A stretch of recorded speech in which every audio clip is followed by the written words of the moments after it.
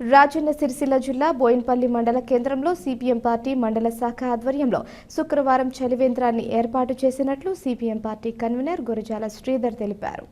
వేసవి పూర్తయ్యేంత వరకు చలివేంద్రం రన్ చేస్తామని అన్నారు. ఈ కార్యక్రమంలో మండల సిపిఎం పార్టీ నేతలు, హమాలీ కార్మికులు, పొత్తూరి నర్సయ్య, సుందరగిరి సంజీవ్, ఆటో కార్మికులు, పర్లపల్లి సుమన్, కన్నం సురేష్, రామంచు సురేష్, పర్లపల్లి నాగరాజు తదితరులు పాల్గొన్నారు. సోదరిమణులకు సిపిఎం పార్టీ పక్షాన శుభాకాంక్షలు తెలియజేస్తున్నాము. ఈరోజు బోయిన్పల్లి మండల కేంద్రంలో సిపిఎం మండల శాఖ ఆధ్వర్యంలో చలివేంద్రం కార్యక్రమం ఏర్పాటు చేయడం జరిగింది.